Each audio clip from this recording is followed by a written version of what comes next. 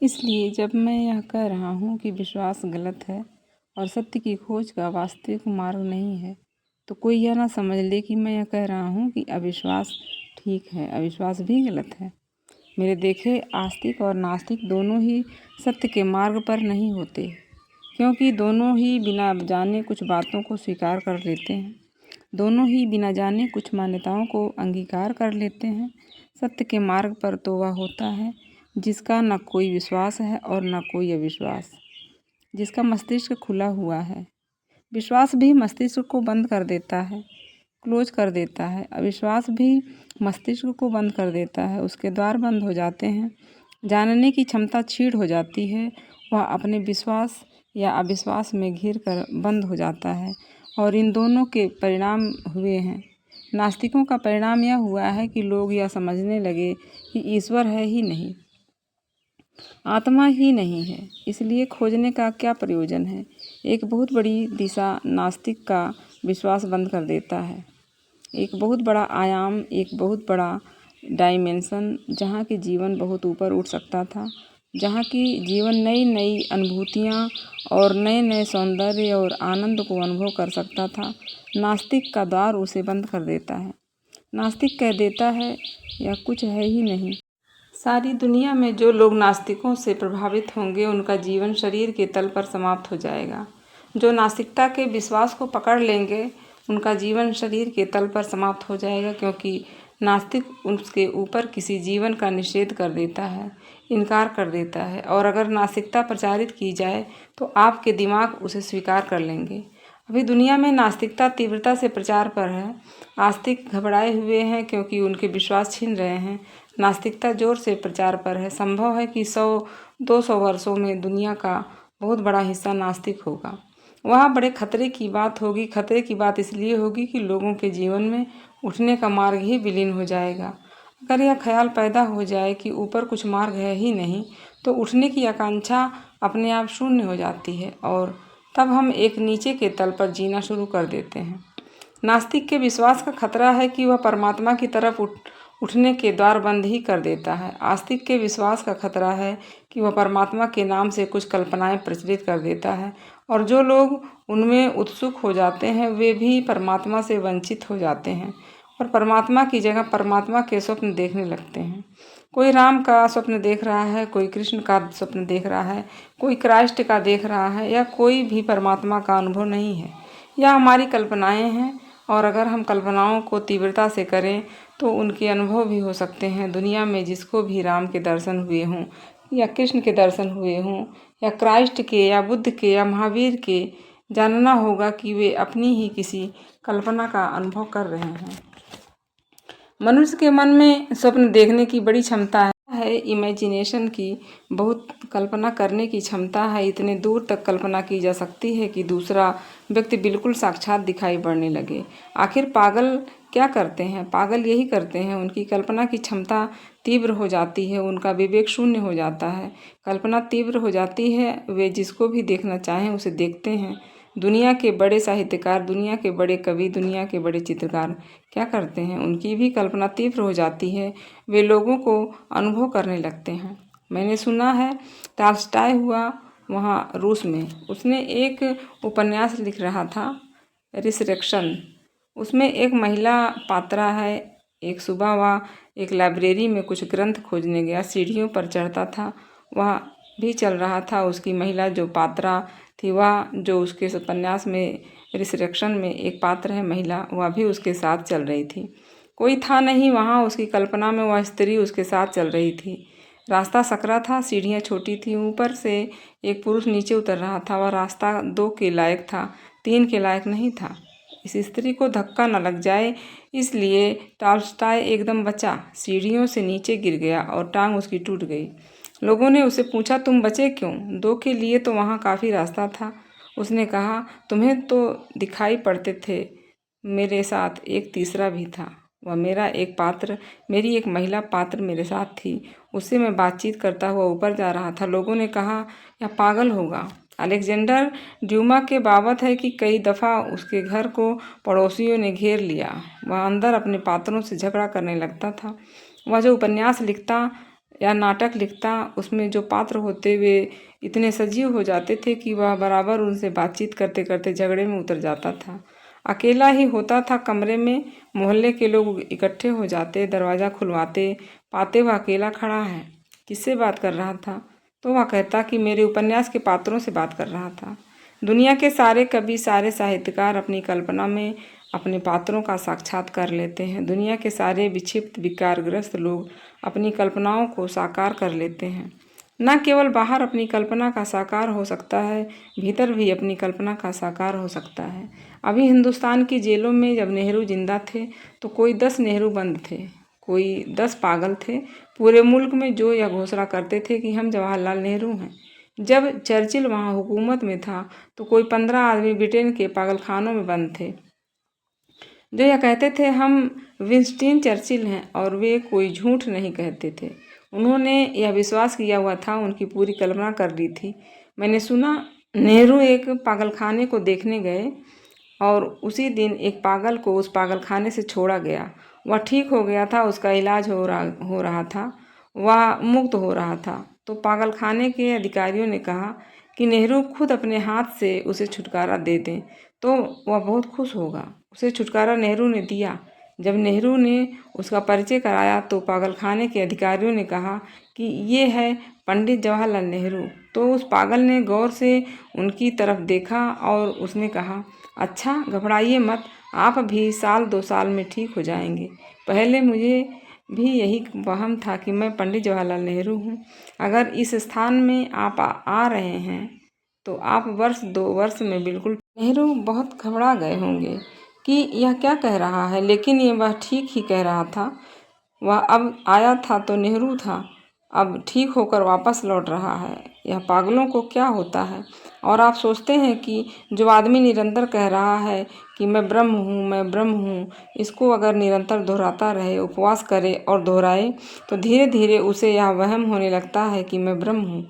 वह घोषणा करने लगता है कि मैं ब्रह्म हूँ, मैं परमात्मा हूँ। अभी दुनिया में कोई 300 लोग हैं जो यह घोषणा करते हैं कि हम ईश्वर हैं, हम ईश्वर के अवतार हैं। इनका दिमाग थोड़ा सा कहीं कुछ गड़बड़ है।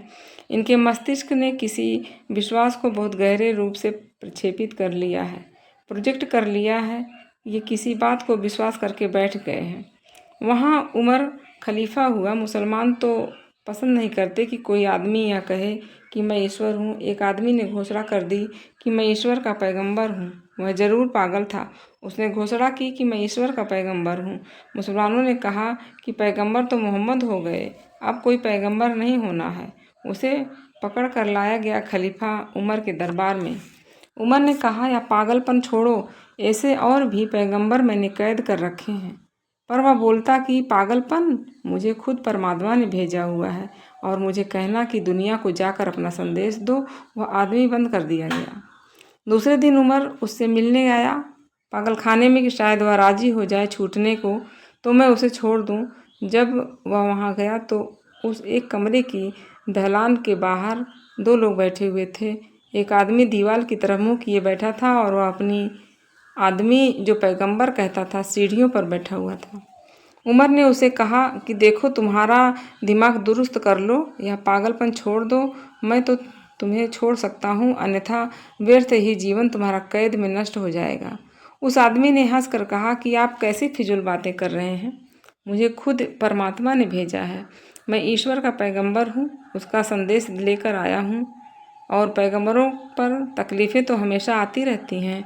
इतनी बात ही हुई थी कि वह जोर से आदमी दीवार की तरफ मुंह किए हुए बैठा था, उसने मुंह इस तरफ कर लिया और उसने खलीफा उमर से कहा कि उमर, इसकी बातों में विश्वास नहीं करना, मैं खुद परमात्मा हूँ, मैंने इसे कभी भेजा ही नहीं। मोहम्मद के बाद मैंने किसी को भेजा ही नहीं। वह दूसरा पागल था जो अपने को ईश्वर ही मानता था। पागलों के मन की क्षमता है कि वे कोई भी चीज़ पर गहरा विश्वास कर लें। असल में विश्वास पागलपन का ही एक रूप है, फिर चाहे वह खुद पर आरोपित हो, चाहे दूसरों पर आरोपित हो।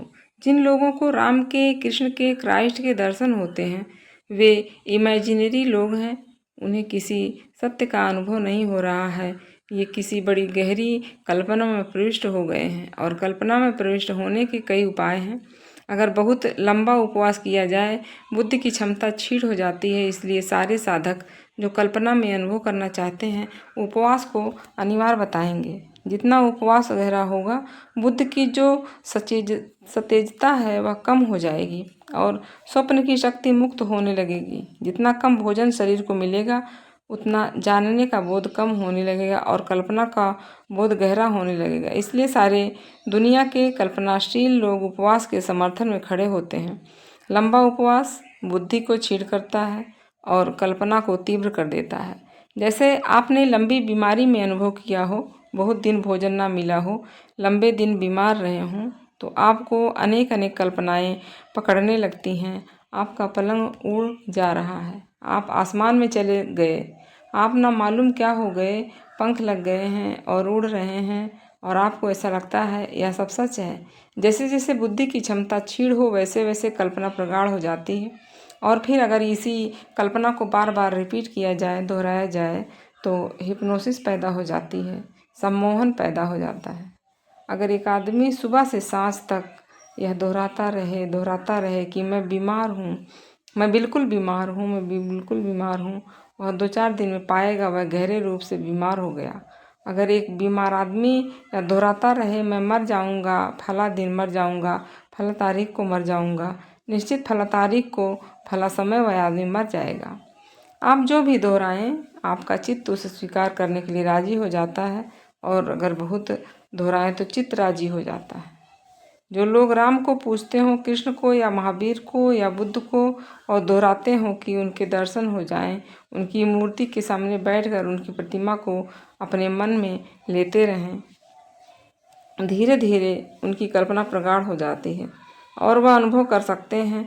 वह अनुभव बिल्कुल ही असत्य होगा, वह अनुभव उनकी ही कल्पना का होगा, वह कोई सत्य का या परमात्मा का अनुभव नहीं है। क्योंकि परमात्मा का ना कोई रूप है और ना परमात्मा की कोई मूर्ति है। वस्तुतः परमात्मा कोई व्यक्ति नहीं है कि आपको उसका साक्षात हो जाए। परमात्मा तो प्रेम जैसा एक अनुभव है, कोई मिलता नहीं देखने को, लेकिन आपके जीवन की अनुभूति बदल जाती है, आप कुछ और हो जाते हैं। उसकी हम चर्चा करेंगे कि वह सत्य या परमात्मा का अनुभव क्या है। लेकिन मैं आपको कहूँ, विश्वास उसका सस्ता रास्ता नहीं है। विश्वास तो कल्पना का ही एक रूपांतरण है। विश्वास तो विक्षिप्त होने का ही मार्ग है और अविश्वास भी उसका रास्ता नहीं है, क्योंकि अविश्वास द्वार ही बंद कर देता है और विश्वास गलत द्वार दे देता है। चित्त की ऐसी भूमि जहाँ न कोई विश्वास है न अविश्वास है, सत्य को जानने में समर्थ होती है। ऐसा चित्त धार्मिक चित्त है जो ना आस्तिक है और ना नास्तिक है। नास्तिक भी धार्मिक नहीं है, आस्तिक भी धार्मिक नहीं है। नास्तिक धर्म विरोधी है, आस्तिक गलत कर्म के पीछे जाने वाला है। आस्तिक और नास्तिक ऐसा जो दोनों नहीं है, ऐसा चित्त धार्मिक चित्त है। ऐसा मस्तिष्क को ही रिलीजियस माइंड में, ऐसे मस्तिष्क को ही हम कह सकते हैं कि वह सत्य को जानने में समर्थ हो सकेगा। ऐसा मस्तिष्क ही निर्दोष होता है, ना कोई उसका विश्वास होता है ना कोई अविश्वास होता है। वह उन्मुक्त होता है, खुला होता है, जैसा जीवन है वैसा जानने में समर्थ हो सकता है। विश्वास करने वाला अपने विश्वास थोपना चाहता है, अविश्वास करने वाला अपना अविश्वास थोपना चाहता है। जैसा जगत है वैसा सत्य है, जैसा देखने को वे दोनों ही राजी नहीं होते हैं। केवल ऐसा ही मन दोनों के बाहर जो है वस्तुतः सत्य जैसा है उसे देखने में समर्थ हो पाता है। सत्य को देखने के लिए आपके पास कोई धारणा नहीं होनी चाहिए, ना हिंदू होने की, ना मुसलमान होने की, ना जैन होने की, ना बौद्ध होने की, ना आस्तिक होने की, ना नास्तिक होने की। आपका चित्त बिल्कुल ही धारणा युक्त मुक्त और धारणा शून्य होना चाहिए। आपका कोई बिलीफ नहीं होना चाहिए, आपकी कोई श्रद्धा नहीं होनी चाहिए। अगर मन इतना मुक्त हो तो आप समर्थ होंगे, मार्ग खुलेगा। तो मार्ग है न कि अविश्वास, बल्कि चित्त की स्वतंत्रता मार्ग है। बंधा हुआ चित्त रुका हुआ चित्त है। जिसने अपने चित्त को कहीं बांध लिया है, चाहे राम से, चाहे कृष्ण से, चाहे गीता से या कुरान से, वैसा चित्त बंधा हुआ है और बंधा हुआ चित्त क्या जान पाएगा। रुका हुआ चित्त कहाँ जा पाएगा। वह उस डबरे की तरह है जिसके चारों तरफ से दीवार उठ गई थी। वह डबरा सागर तक नहीं पहुंच सकता। उस डबरे का तो एक ही भाग्य होगा कि तड़पेगा, सड़ेगा, पानी हवा में उड़ेगा और सूख जाएगा। जो मस्तिष्क बंधा हुआ है धारणाओं से, वह दो छोटे छोटे गड्ढों में कैद पानी की तरह है, और जो मस्तिष्क किसी धारणा से नहीं बंधा हुआ है, वह मस्तिष्क सागर की ओर दौड़ती हुई नदी की भांति है। नदी के भी किनारे होते हैं, लेकिन नदी किनारों से बंधी नहीं होती। एक किनारा विश्वास का है, एक किनारा अविश्वास का है। जिसका चित्त दोनों किनारों से नहीं बंधता और दोनों के बीच से पार निकल जाता है, वही केवल सागर तक पहुंचने में समर्थ हो पाता है। एक आस्तिक का किनारा है, एक नास्तिक का किनारा है। इन किनारों पर जिसने अपनी नौका बांध दी वह वहीं रुक जाएगा, और जिसने दोनों किनारों पर अपनी नौका नहीं बांधी और बीच में जो धार है जीवन की, बीच में जो धार है चेतना की, बीच में जो धार है ज्ञान की, उस धार में बहा बिना कहीं रुके तो निश्चित ही वह सागर तक पहुंच जाएगा।